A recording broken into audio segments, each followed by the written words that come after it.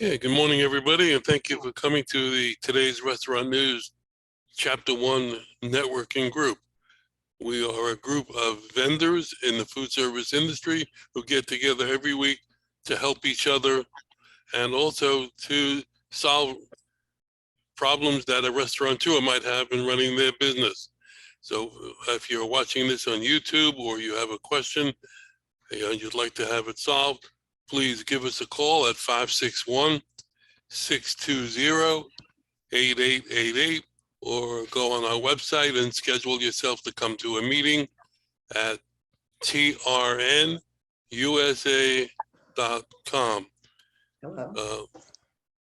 We have a new person on the board today, Mark Wilson. We'll get to you later, Mark. Thanks for coming. Thank you. And I want to introduce John Davis. John is our speaker for today. He's got extensive experience in the food service industry, and I think you'll find his presentation very interesting. We did it at 9 o'clock, and it's a lot of good information. So, John, I hand it over to you. Thank you for coming, and it's yours. All right. Thank you, Howard. Thank you, everyone. It's good to see everybody. I don't know if meeting is the right word, but good to see everybody. And thanks again for the opportunity. So what I shared with everybody in the last one is when Howard asked, about, ideas and content, I said, well, it's December, so it's a good time to think about annual planning if people haven't already done that. How many, just quick show of hands, how many people are the business owner of their business? Okay, looks like a good majority. What this is I do a lot of, I'm a business coach, the action coach. I'll get into the introduction in a second. I've crammed about a 3-hour workshop into like a 30-minute overview.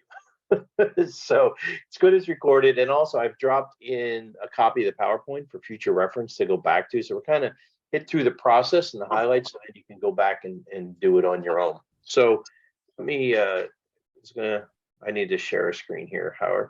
Okay, one sec. You good? All righty, let's go again. All righty. So again, this is a workshop on annual. How many, I'll ask this question as well. How many have already put together a plan for next year? Okay. All right. Well, if you haven't done it, you can use this as a guide. If you have, you can use this as a way to maybe go back, update, and see if you've learned something that you can add to it. So we do a workshop. We do quarterly planning, and but this is the one that's most important because it sets up the year. So how many people have heard of Action Coach or worked with a business coach? You guys have heard of Action Coach, or heard of? I should have asked that in 2 different ways, I guess. No, I'm ready. How many have heard of Action Coach?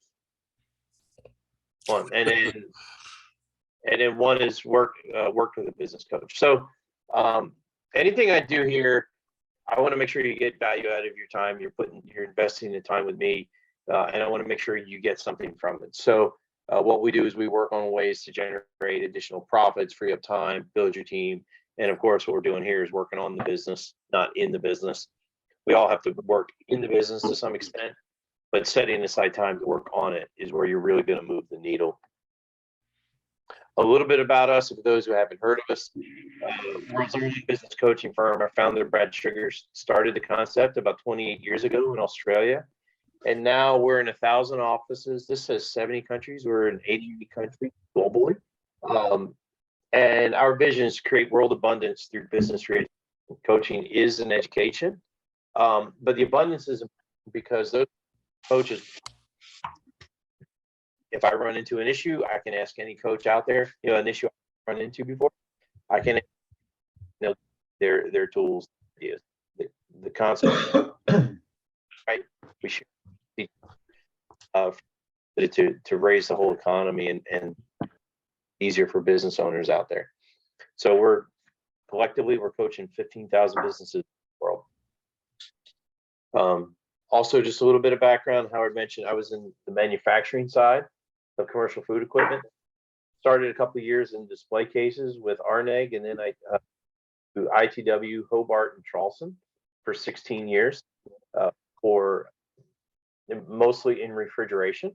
And then the next step was with Unified Brands, which is Randell Groen. If you know the equipment side, Randell Groen, Power Soak, App, etc. My background, an engineer who could talk to people a little bit more than the other engineers.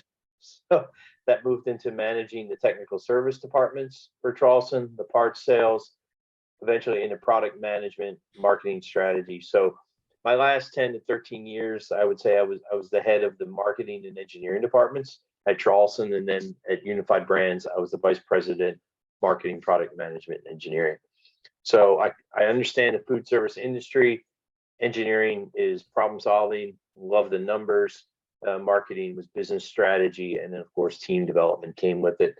In 2020, I was one of those people who said, "Hey, I want something different out of life," and that's when I came across business coaching and specifically action coaching, got into coaching. So I was grateful Howard to offer this to me, this opportunity, because I believe I understand the food service industry, not just from the manufacturer side, but when I was 12 years old, working at the family restaurant all the way through to, my early 20s, I was in restaurants when I graduated college. So a lot of passion for the industry. That's a little bit about me. Our definition of a successful business is a commercial, profitable enterprise that works without you, right? Ultimately, as a business owner, everyone we start our businesses. I'm going to have all the free time in the world. This is going to be great. And then you get a couple of years in and you're like, I don't have any free time, right? So it's about building a model that can sustain itself without you working in the day to day. Now, if you choose to work in the day to day, that's great. But if you can generate it where it runs itself, then you can have that freedom to take the vacations, to do the things that you wanted to do. And also it makes the business more transferable. If you wanted to transfer it to children, to other family members, or if you want to sell it. If the business is dependent upon your intellect and your efforts every day, it's very hard to transfer that without you being there. So that's why we build that model towards a commercial, profitable enterprise that works without you. What you can expect from this, we call them BFOs, which stands for blinding flashes of the obvious.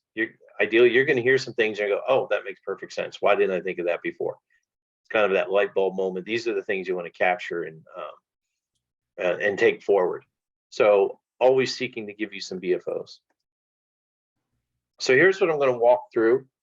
We're going to walk through personal goals, financial targets, your current business situation, your 1-year goals, and then setting some SMART goals. So the key to me for this whole process is the idea of personal goals and financial targets. So just, how many people have ever created a bucket list? Or two, right? Okay, so of the folks that have created a bucket list, how many have quantified how much that bucket list is going to cost you? Right, exactly. So we have these wishes and dreams, but the disconnect, how do I make that happen? Other than, well, I hope I make enough money and the opportunity presents itself, then I can afford to do X or have whatever. So we start there. So I know Howard sent a lot of different files. I'll be bouncing around. Again, the goal here is to show you the process so that you can do it on your own. So the first thing I want to share is a file it was a goal planning file. And the first tab in there has this worksheet, have, do, go, meet. You can ignore meet for now. Meet is something I use when I'm working with a client one-to-one. I ask people, tell me 10 people you would love to meet. You can go back in time, you can go forward in time. You don't have to worry about reality. And it's a way for me to learn more about that individual and what's important to them. One example, there was a lady I worked with who had all these names, women's names. I didn't know who they were. And come to find out, they were very successful authors, powerful women. And I got a sense of who she was. She's an independent, strong woman, strong-willed, and that's who she admired. So I can associate with her a little bit better because I understand her. But for this exercise, you would focus on the have, the do, and the go. So the idea of creating a bucket list, I think only a few people had created the bucket list, and I know I struggled with this, it's when you just say, well, what do I want to do? And it's one big open-ended question. It's very hard to narrow that down. It's really hard sometimes on what that is. For me, compartmentalize it and say, well, what are 10 things I want to have? I can say, well, okay, towards the end, as I'm retiring, I would love to have a second house in a beach location, right? I would love to have a Jeep that I want to drive around for fun, right? I got my truck for everyday stuff. I'd love to have something like that. I'd love to have these different things. It gives me a more narrow focus to think of the bucket list. Do, what are the 10 things I want to do, right? Well, when I say that, I'm going to say, well, I want to build a business. One of my things is I want to build a business. I coach softball, so I want to make sure that I coach kids that get into college, and I want to do workshops. Those are things I want to do because now it's a very narrow focus. I can think of that. And then go is about travel, right? Places you want to go. So that's the first thing, is to have, do, and go. It's a way to create your bucket list with a little bit more focus. Questions? Make sense? Okay. Now the key, once you've figured out some personal dreams, the key is, like I said, people figure out how do you quantify those dreams? It's one thing to say you want to do those things, but what's your number that the business has to create so you can actually go do those things? So what we do is we copy these over into the next sheet, and we start to put a financial value on it, right? I said I want a house at the beach. So I may say, okay, that's going to be 1.5 million, right? I said I wanted a Jeep. Okay, $60,000, right? I want to have the freedom to run these workshops. Okay, I may need $100,000 to it. So you put a number on the bucket items, including your salary and things of that nature. And you total that up down here at the bottom, include your salary, and you may get a dollar figure of what it's going to take for your bucket list to become a reality. So let's say my dollar figure is $5 million. I need my business to generate $5 million for me over the next 10 years. Okay. And I don't have this in the calculation. And let's say I'm currently sitting on $1 million in assets from the house and retirement and all that stuff. So I need to go find $4 million. Make sense? That's if I really want my bucket list to come true, I need $4 million, and it's got to come from my business. Well, and investing and things like that. So, questions? Okay. So there are some other here. I've got everybody on mute, so if you have a question, wave your hand and unmute yourself. So there's some other worksheets in here that I'm going to skip over, but you can look through them and reach out. But then we have a tool about a timeline. So I said I needed to generate $4 million. Let's say the profits for my business are 20%, right? The returns for my business are 20%. So to generate 4 million, I take that 4 million, I divide it by my 20% profit margin. That means my business needs to generate $20 million in revenue. You guys follow me? So in this model, because I had already just used this example an hour ago, okay, now it's 2022. You can make it 2023, and maybe my timeline's 10 years. And my business is currently generating, let's say, 4 million again in revenue a year, and I need to get to 20 million. So how do I do that? I put this in here, and it gives me targets to say, okay, at the end of this, I want to generate $20 million in revenue. I want to be generating at that rate. And this gives me a timeline. And what I know from this now is I don't have to think about going from 40 to 20 million. I only need to think about going from 4 to 4.4. I only need to grow 10% next year. It gives me a smaller, more attainable, realistic target to grow by 10%. Does that make sense? Yep. Because now we've now taken our dreams, we've quantified them so we know how to pay for the dreams. And now we've turned them into a 1-year target of I want to grow by 10% to 4.4 million. So go back to the PowerPoint. This walks through what I just told you. So next, and some of you guys who have seen Action Coach may have heard this before, we want to start to look inside our business and say, well, where is our business and what needs to change to help generate that extra income? So we have a model called the 6 steps to building a business. And by looking at this group, I'm guessing there's probably some people in the early stages of their business, in the middle stages, and the later stages. But in the beginning, when a business starts, they're working on what we call the mastery stage. It's eliminating the chaos, like figuring out who you're selling to, how you sell, how you invoice, how you're managing your time, how you generate customers, how you support customers. It's stabilizing the business. You eliminate the chaos, you get some stability. The next phase is your niche, which is about generating predictable cash flow. What is your run rate of cash flow? How do you know how much you're going to generate the next year? And I'll show you a little bit more detail on each of these in a second. As you generate more cash flow, and now you've got a business that's functioning and transactioning on a regular basis, then it's about creating efficiency so that you can grow the business without doubling your time, right?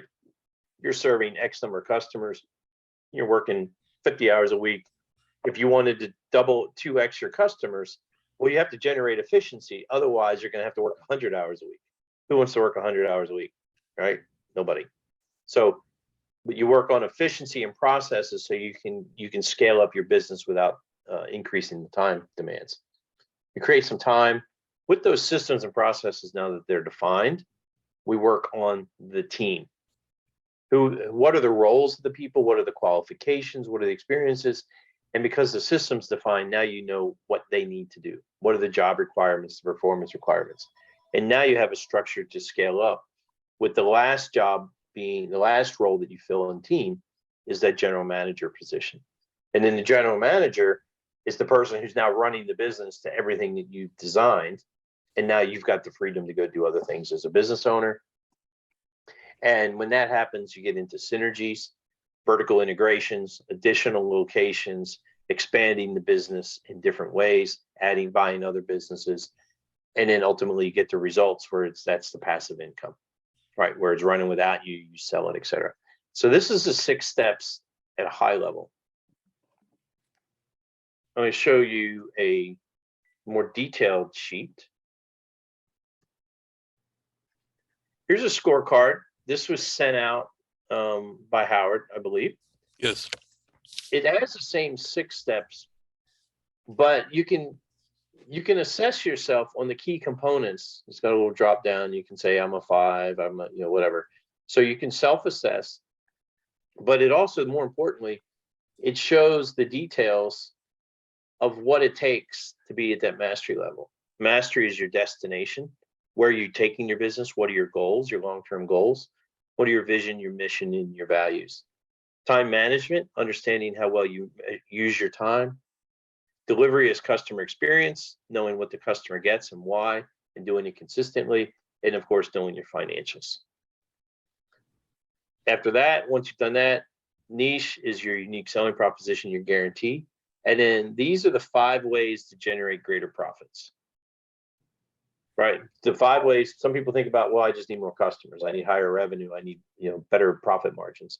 But the key is really to understand how you generate leads and how well you convert.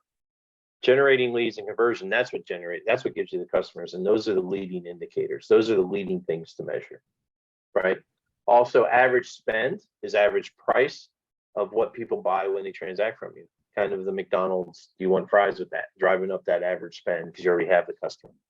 Number of transactions is repeat transaction strategies, and then is the margin where you want it to be. So you can score yourself in these areas of the business. You can score yourself on your systems. Do you have strong systems in your people? Do you have strong systems and repeatability in the delivery and distribution of your products and services? Do you have strong systems in how you measure your business, your KPIs, your financial, your P&L? Does that work well, or is that a struggle? And could it get better? And then systems and technology is the underlying processes behind the delivery and distribution and training. And then how strong are you on recruiting, your culture, your leadership, and ultimately how you run the business. So what you can do with this, and I really encourage you to do it, is go score yourself.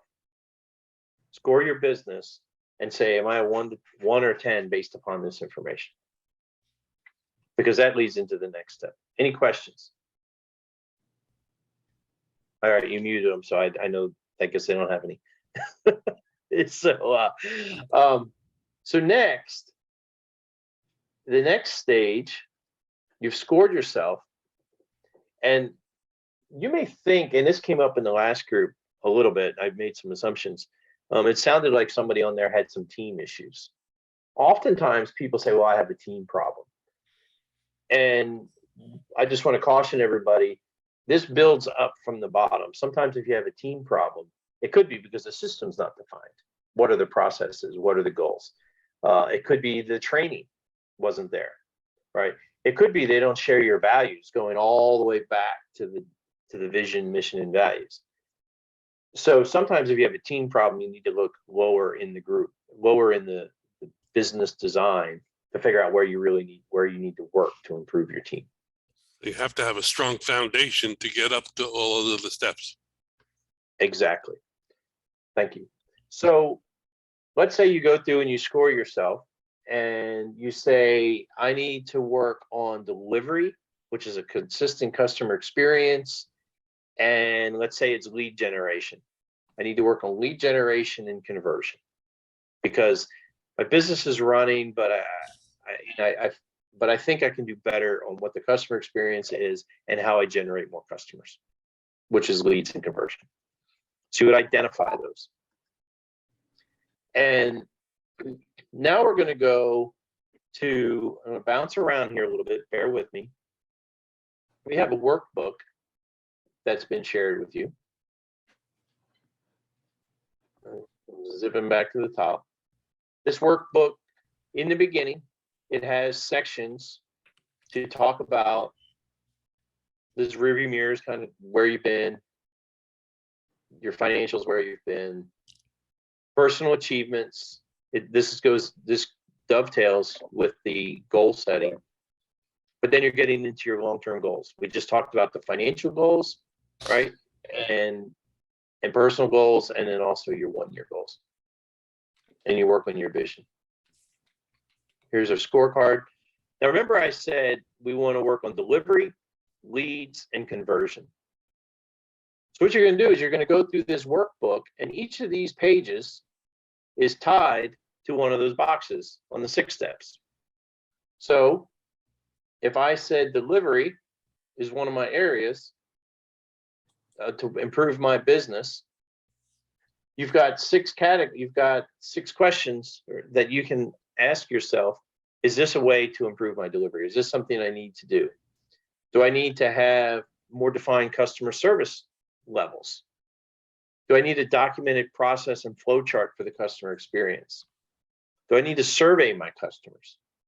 Do I need a script and a process to greet the customers on the phone, their entry in? Do I need to get my team together and brainstorm ways to serve them better? Things of that nature. So you can say, yes, I need to work on these things. So you would do that for delivery. You skip down to, we said leads. Oop, I picked a bad one because leads are in here. Leads are all built within these 5 ways. So I apologize. I should explain that differently. But those leads and the conversion are all in here. So I have a systemized referral strategy. The team uses sales scripts and processes. This is part of conversion, right? So you're looking in here for the 5 ways and you're identifying strategies you want to do. So in the end, you will have identified, when you go through this, you probably identified about 10 or 15 things that you want to do to improve your business in the next year. And then what you want to do is you want to go back and tick off, well, is that a Q1 activity or a Q4 activity? Because you really only want to have about 3 to 4 things that you're going to do in each quarter. Because if you push everything in the first quarter, you won't be able to get it all done, more than likely. So find 3 to 5 things in Q1, 3 to 5 things in Q2, 3 to 5 things in Q3, and then Q4. Just think about it at a high level. And you're thinking about sequences, right? What is the delivery? I probably want to put delivery things before conversion because I want to make sure I got my process right. Working very hard to convert people when I'm not consistently delivering a good experience is probably counterintuitive. So I may put conversion strategies after consistency of delivery of products and services. Make sense? Hope so. So you've identified these things, and we're going to jump down, and there's many, many different pages of ideas of things you can work on. But pay attention to these titles because it ties back right to the 6 steps. And you're going to put all of this, capture this on page 31. Now we're getting into our 90-day plan right here, 90-day plan. And let's scroll down. We're going to go to, you have places for personal goals, things of that nature. Right here, top 15 goals. Take those top 15 things that you said you're going to work on next year and list them on your top 15 goals. You've put what quarter you want to put it in. Now you want to get a little bit more precise. Start date, January 1, January 15. It may be April 1. It may be May 1. Starting to put some dates of beginning and end, when you plan to start it and how long you think it's going to take you to do it.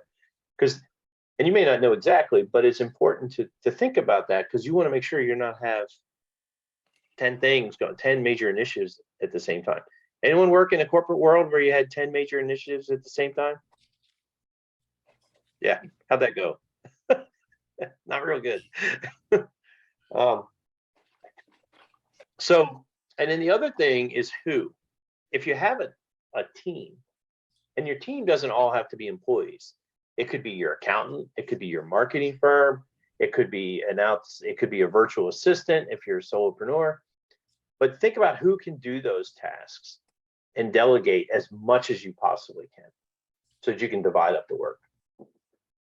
Okay, so now we've got a financial target for our business. We want to grow from 4 million to 4.4, and we have 15 things that we want to work on and a rough timeline of how we're going to do them. The next step is to create some goals. How many have heard of SMART goals? Some of you. So a SMART goal is specific, measurable, achievable, relevant, and time bound. So if you have a goal, like one goal would be, I want more revenue. It's not very smart, right? Because you don't, well, how much revenue? When are you going to get it? Right, well, yeah. So I've created some examples. So one example of a SMART goal, I'm going to hire 1 outside sales and 1 inside salesperson in Q1 of 2023. It's specific. I can measure it. I think it's attainable. Is it relevant to growing my business by 10%? Yes. Is it time bound? Yes. Another SMART goal. We'll reach 1 million in revenue in 2023. And these are my targets for the quarters that add up to $1 million. So on the workbook, you can capture your SMART goals, and you'll see in the workbook, if they're money mastery goals, you can put that in here. If I talked about delivery, I can have a delivery goal. So my delivery goal might be, you could have a couple of them, right? So let's say you don't know your consistency of experience. I will implement a customer feedback system in Q1 of 2023. I will establish a customer performance standard level in May of 2023. I will set improvement targets for Q3 and Q4. Right. So that's how I break it down. I have a SMART goal. And then I can add my priority to it. But those tasks that I identified that go to that high arching goal, we're on the top 15, can fall into this list, and then maybe some other smaller tasks, right? Like you may already know, well, I need to do even very small stuff. I need to do a survey link in my email outbox, my email footer, right? I need to put you may say, I'm going to build a Google My Business referral system, or, Google reference. I'm drawing a blank now. Referral system. I can add that into my business. So you're starting to add the tasks that are going to go to getting a customer feedback system.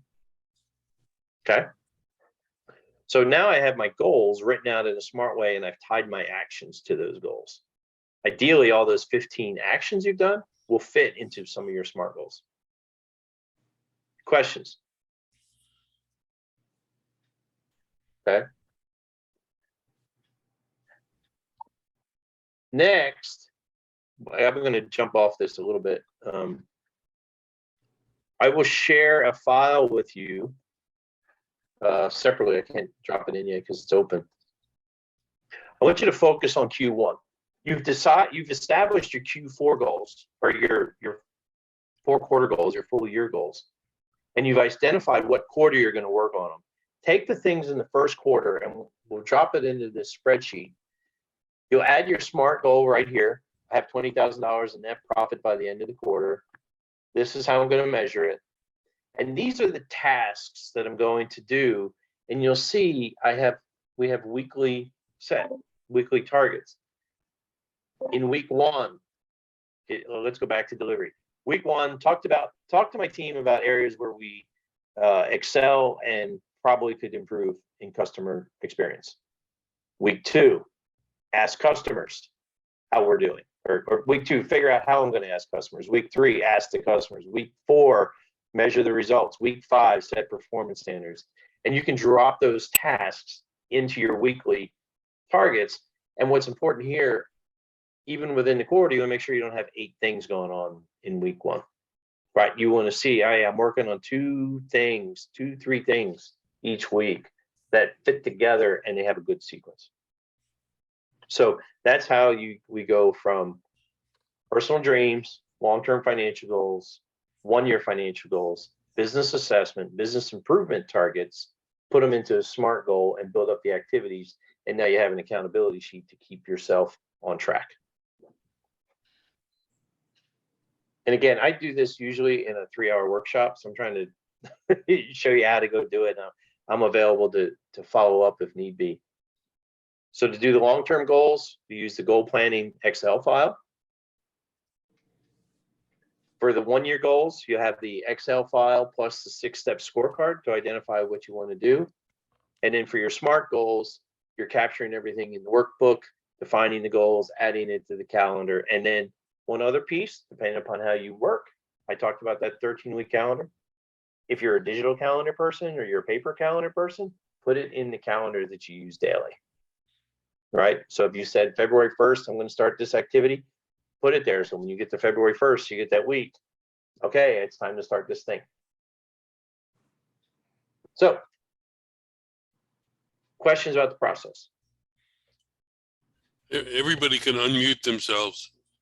That would probably be helpful. I know it went really fast. So, and this is just a comment from one of my clients.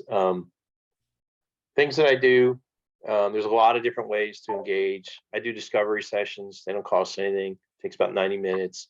I have a business education class that starts up in January, and then I do group coaching as well. And then, of course, the traditional way is one-to-one. So that's what I do as a business. And now it's time to get into action. And then if you want if you're working through this and you have questions, you can reach out to me with this contact information, and I'd be happy to, because when you go pick this up, maybe over the holidays, you're like, wait, what was next? I did this. How do I do this? I'm here and willing and able to answer any questions you have about the process. Right. And I just want to say thank you. Thank you all for your time. Howard, thank you for the opportunity. I appreciate it. I want the food service industry to excel, and I think there's plenty of opportunity. So I am very appreciative of the opportunity to talk to you guys about it, guys and ladies. Well, thank you for coming. And I know it was very difficult for you to condense what you do into 30 to 40 minutes. So we appreciate that effort. Does anybody have any questions that like to ask John at the moment?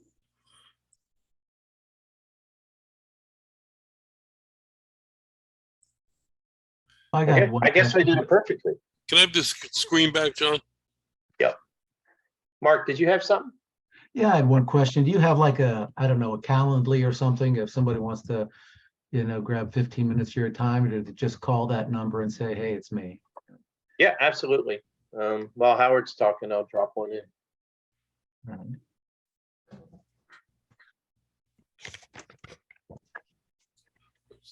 I'm sorry, did you ask me something? I missed it.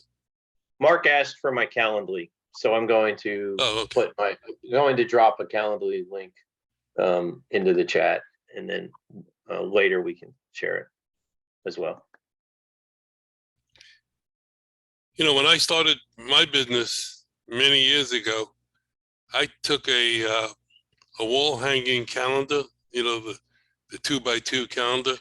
And when the first month was over, I ripped it off and I turned it over to the blank side, and I wrote down a number of how much business I wanted to do per month.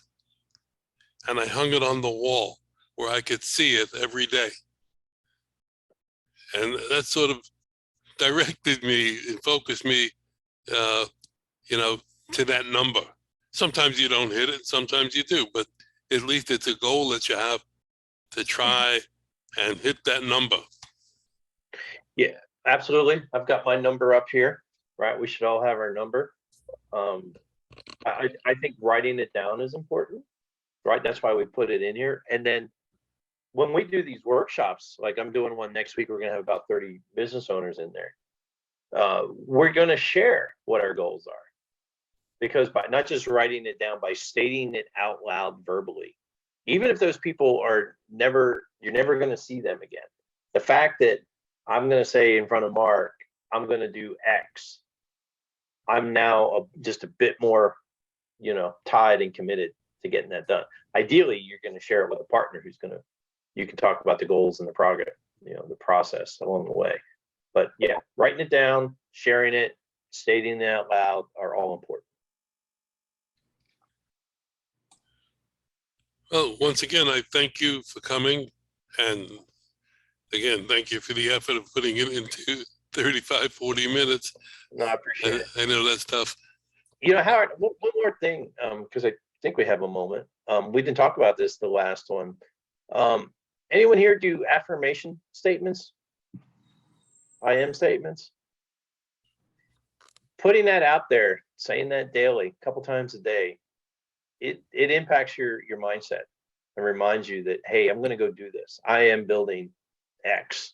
I'm going to, you can put your target in there. Howard, you said this is how much money I'm going to create, $100,000 in revenue every month, right? Or I have a business that's going to do that. And you believe it. As you do it, you believe it, right? You're counteracting the negative thoughts that go into our brains all the time, because there's all sorts of negative things that pound us every day, every minute. Those affirmations make a difference. Yeah. Sorry, Howard. I know you were wrapping up and I interrupted. No, that's all right. I want to do our intro so that people who may be viewing it will know who we are, how to reach us. So we have limited time to do it. So let's do it an elevator speech, as they say. And John Bunn, why don't you start us off? Well, good morning, everyone. John, great job. Really what it does is it kind of reminds us what we should be doing when we get caught up in the day-to-day activities and forget about our goals and our plans and where we want to go. So it's great. My name is John Bunn. I'm with the Bunn Company. Most everybody knows this from the old bakery styles where the boxes were tied with twine or newspapers or pork roast or beef roast. We're 116 years of age. We've built over 1,500 different variations to meet customers' needs to secure bundles. Today in the restaurants, we want to secure the food for deliveries. Nearly 80% of the drivers admit to eating the food they deliver. And it's pretty bad, and we're out there to help. It's just another little niche. As you said, John, earlier about niches in your business, we have a lot of them in the different customers base that we help. My number is 1-800-222-BUNN. Our website is www.bunntyco.com. And my email is info@bunntyco.com. Thank you all. I will send everybody, as I always do, a spreadsheet with everybody's contact information, everybody that was here. Darren, good morning. Good morning, everybody. Darren Gall, Tracy.net. We're a communications consulting and solution provider. What we do is we help to alleviate the aches and pains of phone and internet services. We work with all the carriers, so we truly find the right solution for a customer within their budget. We can be reached online at traci.net. By email, you can just send it to sales@traci.net. Or if you'd like to call us, our toll free is 800-881-8899. No gimmicks, no gotchas, just great service. Tracy.net. Okay, thank you. Chris, Strategic Supply. John Davis, good presentation. I've seen a couple of different versions of that. I think we had I used to be in a assisted CEO group. I think we had an action coach do the full presentation a couple times. So this stuff works, gang. Anyway, Strategic Supply Chain Partners, we function as an outsourced purchasing department for small to mid-sized restaurant companies. We save our clients anywhere on the low end, 7.5%, high end, 15%. By restructuring how they interact with the supply chain world, negotiating better distribution agreements, manufacturer direct pricing, et cetera, et cetera, et cetera. Great referral program. Again, Strategic Supply Chain Partners. That's what we do. Okay, thank you. I need to talk to Kevin. Is he out of town? Kevin is actually celebrating his 31st anniversary, taking his wife to lunch. Personally, I'd be taking her out to dinner, but they're doing lunch. That's why he's not on the meeting. We had somebody in the 9 o'clock group who's on his honeymoon. So it's a Wow. good week for it, I guess. A really good week for you. Let me introduce Mark Wilson. Mark is with a company called Curveware. Mark, give us your intro. First of all, Howard, I want to thank you. I think this is really great, and I just really love what you're doing. John, that was an excellent presentation. I'm in a little of an unusual situation. I kind of had your mindset when I worked in corporate America a bit and running an architectural firm, just being really practical, focused, driven. How I wound up designing forks, spoons, knives is a long story I won't go into, but we're kind of in a startup stage as we were launching it pre-COVID, and then everybody knows what happened to restaurants at that time. What we do is we make a system, and the system is comprised of forks, spoons, and knives, right? So here's this fork and knife. They're extremely comfortable. My 5 seconds of fame is they're in a permanent collection of the Smithsonian Institution's Cooper Hewitt National Design Museum because an ergonomist presented them to the director and said, these are extremely comfortable. But my interest was looking at very serious food service problems. So there are those pedestals for setting tables in seconds, not minutes. And the biggest thing is we have a washing rack that sits in a flat rack that's in every restaurant, that goes in every Hobart. Somebody mentioned Hobart, right? Every restaurant in the country. And with our racks that go in those flat racks, we can wash 180 pieces of our utensils that come out virtually sterile, log 5 sanitized, and they drip dry, spot free. And there's no labor. All that labor of wiping and polishing utensils is eliminated. And so, it's somewhere along the line became my mission to change what people put between their fingers and their food, and it can help operators in a very significant way. And yes, because they're so effortless to hold, it's pretty obvious if you have sore hands for whatever reason, arthritis or something, they're extremely comfortable. So we think it does help the front of the house, people eating, and it significantly helps people in the back of the house. Okay, thank you. Mark, I definitely want to introduce you to some people for the back of the house design concepts, because Oh, wonderful, John. Well, I got my appointment scheduled for next Monday, which is my birthday. So I'm optimistic it'll be a good call. All right, cool.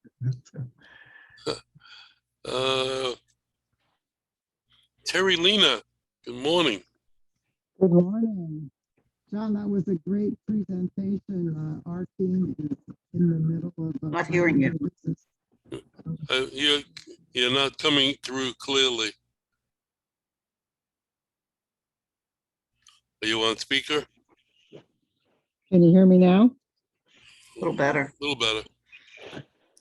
I just want to say, John, that was a great presentation. Our team is always looking at new ways to do their business plans. I work for Workwear Outfitters, and we manufacture workwear clothing. We just launched a new line of culinary apparel for the chefs in the front of the house and back of the house. So we're really excited about that. My number is 720-244-4972. And you could also reach me at terry.lena@wwof.com. For those of you who are having trouble hearing her, including me, Terry's business is uniforms for the food service industry. Did I get it right, Terry? All right, we'll go to Peter next. Thank you. Peter Robinson. I want to make sure you can hear me. Yeah, perfect. Okay. Peter Robinson, Hudson Robinson Business Brokerage. I'm located in Boca Raton, Florida, and I work throughout the state. I work with buyers and sellers, and I also work with should you want to purchase or rent commercial property. I can be reached at 561-445-8198, and my website is hudsonrobinson.com. Thank you. Maybe if everybody just stuck their website address in the chat window, that would just be You'll get it in the email that I send out. Okay, great. Going on day. TR and Terry. Yes, great. Nice hearing that twice, John. I was in the first meeting as well, and you switched it around just a bit, so there was a little more information on different subjects. So very nice. I was very attentive and listening, and you have a lot of wealth of information. Mark, welcome. First of all, nice to see you. Chris, you. I'm surprised you did not have more questions for John. You're usually, that's right up your alley, and I was so waiting for that. Well, And- I actually use a lot of those tools and teach it a lot also, so I don't need to be stealing John's. That's why, because I'll tell you, I said Chris is going to have a ball with this. Anyways. Oh my gosh. Everything he has in there is what you need to be doing. I mean, John, I don't know if you're familiar with Vistage, but it's an international CEO organization. But you've done so much along the same lines as what he spoke about. I was excited to hear what you had to say, but so be it. Anyways. Thank you, Chris. I appreciate it. Jeffrey, hi, it's nice to see you. Helen, Peter, nice. What I do is I do the leads report. I get a monthly leads report out, and 40 to 70, actually we have more now, new leads a month in an Excel spreadsheet, which you can sort any way you like. If you want a sample, just send me an email. call me. Everybody has our phone number, website, trnusa.com, and go to the site up on top where it says leads. Thank you. Everybody have a good weekend. You too. Ellen, I By just. the way, may I just say something? First, is it okay? You Howard? just did. Sure. You just did. Go ahead, No. quick. So anyway, real quick, I want to thank John for his presentation. And I want to make a comment based on what I just heard, real quick. All of us know what to do, but the reason why you have a business coach is accountability, and that's the difference. See, we all know what to do, but when we're accountable and we're accountable to somebody, we do better. I'm a semi-professional musician, and I still take lessons. So You're I a haven't. professional musician. Well, so And I will modest. suggest to you, if you have difficulty staying motivated, staying on track, being focused, there's nothing better than a business coach to get you where you need to be. Absolutely. Yeah, thank you all. That feels good. I appreciate it. That's why Okay. I have a wife. Every morning she wants to know, are you going out? Would you give everybody your wife's phone number? You don't want my business coach. All right, let's go to our resident food service industry person, Helen. Yes, hi. I'm Helen Gottesman with deliciouspoonfuls.org and amazingabilities.com. We are starting a nonprofit ice cream, coffee, and dessert bar focused on the employment of people with special needs, including Down syndrome and autism. We are still in the planning stages, so it's hard for me to get all those steps that John is talking about in place because we're just struggling to get this first step going. But I've spoken with a couple of the people that are in the group, and Jeff has been very helpful. And God willing, we'll be open by the first of the year. We've spoken with Randy, about getting a card through him. And we're very excited about the whole process. So that's where we're at. Also, we're starting a networking group locally at Carmela's, so I'll be inviting all of you local folks. And Bob Anteville joined us, and hopefully, God willing, everything will be in place very soon. Okay, thank you. Jeff Krantz, nice of you to come, even if it was 10 minutes. I've had meetings all morning. Now, your business online coach with- didn't get I've you been out of the online house. with the main office in Tennessee. Co-Card Payment Systems, we're a national company. Our main offices are in Nashville, Tennessee. We're integrated with every credit card processing company in the United States. We offer the lowest price structure, and we work with every type of business. We have international business as well. All the major processing companies are our partners.